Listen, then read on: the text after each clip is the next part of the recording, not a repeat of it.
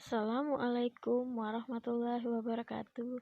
Santri-santri ustazah yang selalu ustazah banggakan dan ustazah sayangi. Tetap semangat ya untuk pagi ini. Alhamdulillah, kita masih dipertemukan dalam pembelajaran bahasa Indonesia pada pagi hari ini. Sebelum kita memulai pembelajaran pada pagi hari ini, marilah kita berdoa terlebih dahulu. Ya, sebelum kita masuk ke materi, masih ingat tidak pembelajaran kemarin? Ya, kemarin tentang pengertian dan ciri-ciri dari teks deskripsi. Masih ingat pengertian teks deskripsi? Ya, teks deskripsi itu adalah teks yang menggambarkan sebuah peristiwa melalui panca indera secara terperinci. Nah, hari ini kita akan membahas tentang struktur dan kebahasaan dari teks deskripsi. Sebelum kita masuk materi, coba dilihat di sini. Coba kalian cari perbedaan pada 3 kalimat ini. Dibaca ya.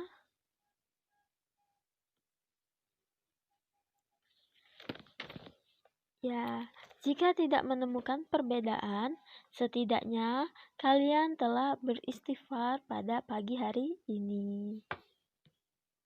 Selanjutnya kita akan memasuki materi. Sebelum kita masuk materi, itu kita ada kompetensi dasar, di mana ada KD pengetahuan mengenai 3.2 menelaah struktur dan unsur kebahasaan dari teks deskripsi tentang objek, sekolah, tempat wisata, tempat bersejarah, atau suasana pentas seni daerah yang didengar dan dibaca. KD keterampilan 4.2 menyajikan data, gagasan, kesan dalam bentuk teks deskripsi tentang objek, sekolah, tempat wisata, tempat bersejarah, dan atau suasana pentas seni daerah secara tulis dan lisan dengan memperhatikan struktur kebahasaan baik secara lisan atau tulis.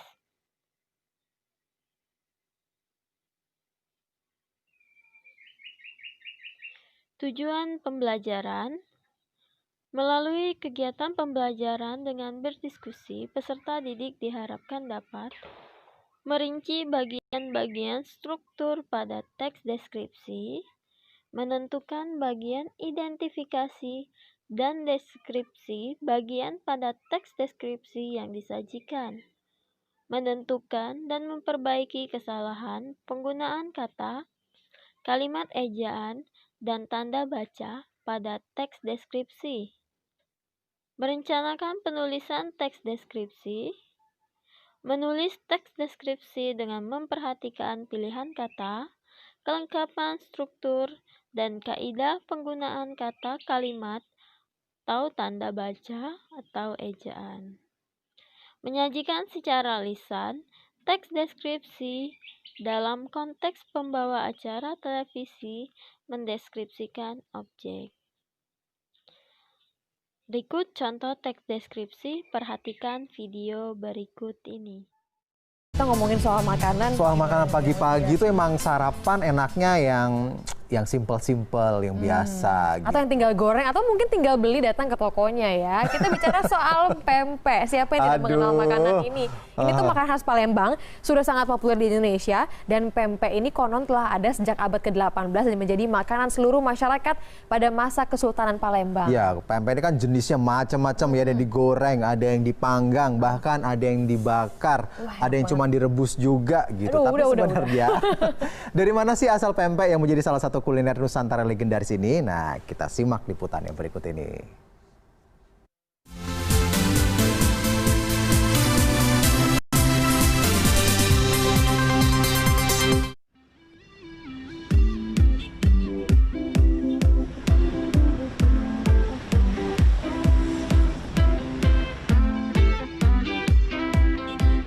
Sebenarnya, pempek tidak hanya ada di kota Palembang, karena hampir di semua daerah di Sumatera Selatan memproduksi makanan kenyal ini.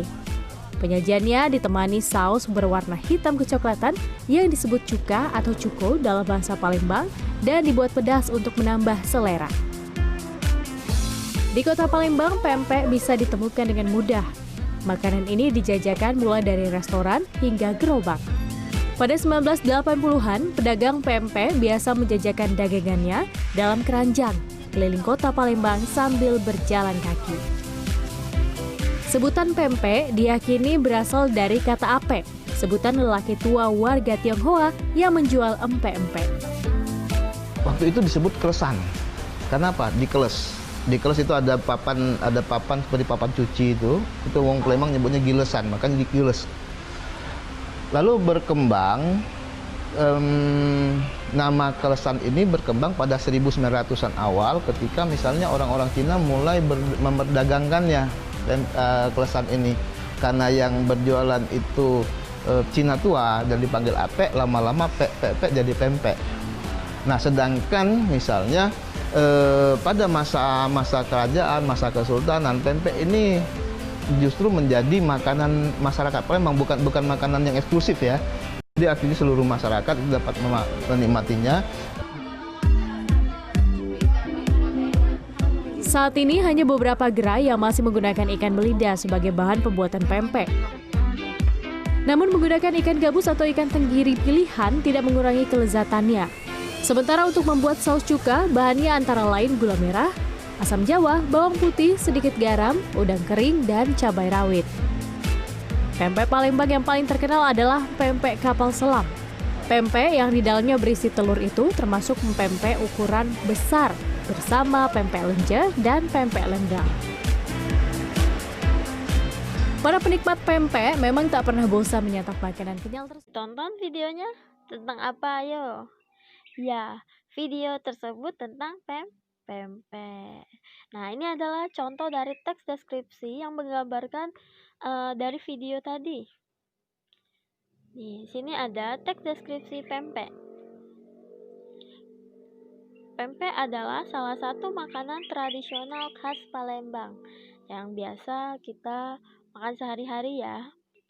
Nah, sebelumnya kita masuk dulu ke struktur teks deskripsi. Struktur teks deskripsi itu ada 3. Yang pertama, identifikasi deskripsi umum. 2. Klasifikasi atau deskripsi bagian. Dan terakhir ada penutup.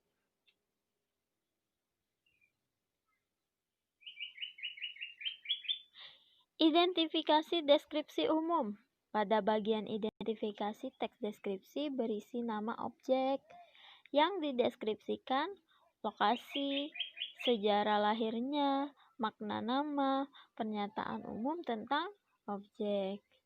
Klasifikasi atau deskripsi bagian, di mana dia berisi perincian bagian objek tetapi diperinci berdasarkan tanggapan subjektif penulis. Perincian dapat berisi apa yang dilihat atau bagian-bagiannya, komposisi warna, seperti apa objek yang dilihat menurut kesan penulis. Dan terakhir ada penutup. Pada bagian ini berisi simpulan atau kesan umum menjadi penutup dari teks deskripsi. Pada bagian struktur ini dapat diisi kesan penulis atau nasihat secara umum tentang objek yang dituangkan. Strukturnya, di sini Ustazah ada contoh teks deskripsi dan strukturnya. Nah, contoh teks deskripsi tadi yang diambil dari video tadi ya. Nih, bagian pertama, bagian judul, contoh pempek. Bagian identifikasi, ini penjelasan pernyataan umum ya. Oke, pempek adalah salah satu makanan tradisional khas Palembang. Pempek atau empek-empek adalah makanan yang terbuat dari daging ikan yang digiling lembut dan tepung sagu, serta beberapa komposisi lain seperti telur, bawang putih yang dihaluskan, penyedap rasa, dan garam. Pada awalnya, pempek dikenal dengan nama kelesan, sebutan untuk alat yang digunakan untuk menghaluskan daging ikan.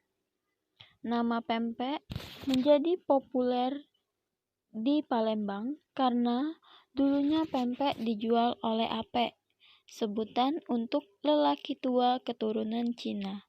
Jadi, ketika apek menjajakan ke masyarakat, masyarakat akan memanggilnya dengan pek-pek, sehingga lama-kelamaan kata pek berubah menjadi pempek. Terus ada lagi klasifikasi atau deskripsi bagian. Nah, di sini dia menjelaskan tentang jenis-jenis, macam-macam, dan sebagainya. Contohnya, jenis pempek yang terkenal adalah pempek kapal selam, yaitu pempek yang diisi dengan telur ayam dan digoreng dengan minyak panas. Ada juga yang lain seperti pempek lenjer, pempek bulat, atau dikenal dengan nama adaan, pempek kulit, pempek pistel, berisi irisan pepaya muda rebus yang sudah ditumis dan dibumbui, pempek telur kecil, dan pempek keriting, pempek lenggang, dan pempek tunu atau panggang. Pempek dimakan dengan kuah atau saus cair yang masyarakat Palembang disebut cuko. Cuko terbuat dari campuran air gula merah atau gula batok, asam jawa, bawang putih, dan cabai rawit. Nah, ini ada yang terakhir, bagian penutup. Nah, jadi yang bagian penutup ini berisi pesan atau kesan dari penulisnya. Contohnya, pempek dapat dinikmati oleh seluruh masyarakat. Pempek biasanya juga dimakan untuk sarapan pagi oleh orang Palembang. Bagi penikmat pempek, tidak ada kata bosan untuk menikmati makanan yang satu ini. Dan kita dapat menemukannya dengan mudah di seluruh wilayah kota Palembang. Nah, itu tadi adalah contoh teks deskripsi dan strukturnya. Kemudian ada kaidah kebahasaan pada teks deskripsi. Pertama, rujukan kata adalah satu kata merujuk pada kata lain yang memperlihatkan keterkaitan. Rujukan kata berhubungan dengan kata ganti orang, kepunyaan, dan petunjuk. Contoh, kata ganti orang, aku, saya. Contoh, petunjuk, gunakanlah, perhatikanlah, dan sebagainya. Kata berimbuhan, di mana ada kata dasar yang mendapat imbuhan awalan, akhiran, dan sisipan. Contohnya, makan. Ada imbuhan awalan, me plus makan. Jadi apa ayo? Ya, memakan. 3. Konjungsi atau kata sambung atau kata hubung adalah kata yang digunakan sebagai penghubung antar kata, frasa, klausa, atau kalimat. Contohnya itu bisa kata dan, terhadap, kemudian, sebelumnya, dan sebagainya. Ada kelompok kata. Kelompok kata atau frasa yaitu kumpulan kata dua atau lebih yang tersusun dari kata bermakna dan membentuk arti kata baru. Contohnya, buah tangan. Ayo, ada yang tahu nggak buah tangan artinya? Ya, buah tangan itu adalah oleh-oleh. Selanjutnya ada kata baku dan tidak baku. Nah, kata baku ini adalah kata yang sesuai dengan Kamus Besar Bahasa Indonesia. Contohnya kata mau, tidak, coklat, dan sebagainya. Kalau kata tidak baku, yaitu kata yang tidak resmi, bisa menggunakan bahasa kita sehari-hari. Itu adalah kata tidak baku. Terus ada penggunaan huruf kapital dan tanda baca. Nah, teks deskripsi juga tidak lepas dari penggunaan huruf kapital dan tanda baca seperti tanda baca koma. Nah, contoh tadi kita menjelaskan jenis-jenis pempek, itu menggunakan tanda koma. Terus juga kita di awal kalimat itu ada kita menggunakan huruf kapital. Selanjutnya, penggunaan kata depan di dan awalan me. Nah, seperti tadi contoh, kalau kata depan di rumah, yang dipisah ya bisa. Jadi, di spasi rumah. Terus awalan di, contohnya, dilihat. Itu adalah awalan di. Kemudian awalan me, yang ditambahkan kata dasar. Contohnya tadi, me plus makan jadi apa? Iya, memakan. Ciri teks deskripsi dari segi penggunaan bahasa. 1. Menggunakan kata-kata khusus untuk mengkonkretkan. Contoh warna dirinci merah, kuning, hijau. 2. Menggunakan kalimat rincian untuk mengkonkretkan. Contoh, ibuku orang yang sangat baik. Dia berusaha menolong semua orang. Dia ramah dan tutur katanya lembut kepada siapa saja. 3. Menggunakan kata sinonim dengan emosi kuat. Contoh, indah diungkapkan dengan sinonim yang lebih memiliki emosi kuat, yaitu elok, permai, molek, mengagumkan, memukau, bahkan menakjubkan. 4. Menggunakan majas untuk melukiskan secara konkret. Contoh, pasir pantai lembut seperti bedak bayi. Hamparan laut biru toska seperti permadani indah yang terbentang luas. Angin pantai dengan lembut mengelus wajah kita. Nah, jadi penggunaan majasnya itu seperti ya mengelus, angin pantai dengan lembut mengelus. Nah, itu kan berarti kita bisa merasakan ya. 5. Menggunakan kalimat rincian. Contohnya, terumbu karang berwarna-warni. Ada terumbu karang oranye, abu-abu, hijau, muda. 6. Menggunakan bahasa sehingga pembaca seolah-olah melihat, mendengar, dan merasakan apa yang dideskripsikan. Contoh tadi, angin membelai lembut wajah kita. 7. Teks deskripsi yang memunculkan kata ganti orang. Contoh, kucingku, ibuku. Memasuki wisata ini, Anda akan disambut. Nah, itu kata ganti orang ya. Selanjutnya ada langkah-langkah membuat teks deskripsi. Antara lain, menentukan tema atau objek yang akan dibahas, menentukan tujuan, mengumpulkan data-data dan lakukan pengamatan langsung mengenai objek yang akan dibahas. Setelah data-data terkumpul, susunlah data tersebut menjadi karangan. Uraikan kerangka karangan menjadi teks deskripsi yang disesuaikan dengan topik. Hal-hal yang perlu diperhatikan saat menyajikan teks deskripsi secara lisan. 1. Lafal, yaitu cara mengucapkan bunyi bahasa harus jelas. 2. Artikulasi, yaitu pengucapan kata melalui mulut agar terdengar dengan baik dan benar serta jelas, sehingga telinga pendengar atau penonton dapat mengerti. 3. Intonasi suara, yaitu nada atau tinggi rendahnya suara yang kita keluarkan. 4. Gerak-gerik tubuh atau gestur, yaitu suatu bentuk komunikasi tanpa menggunakan kata-kata, tetapi dengan aksi tubuh yang terlihat mengkomunikasikan pesan-pesan tertentu, baik sebagai pengganti wicara atau bersamaan dan paralel dengan kata-kata. Gestur mengikutkan pergerakan dari tangan, wajah, atau bagian lain dari tubuh. 5.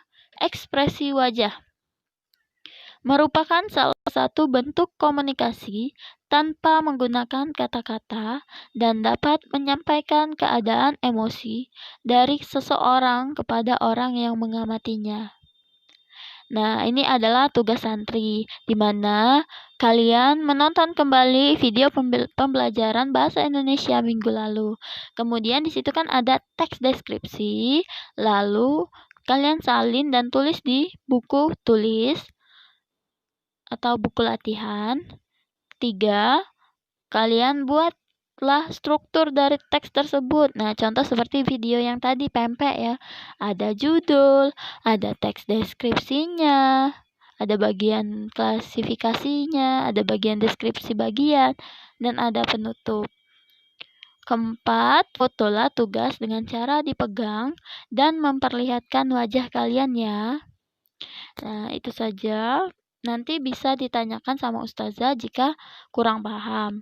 Ustazah akhiri, wassalamualaikum warahmatullahi wabarakatuh.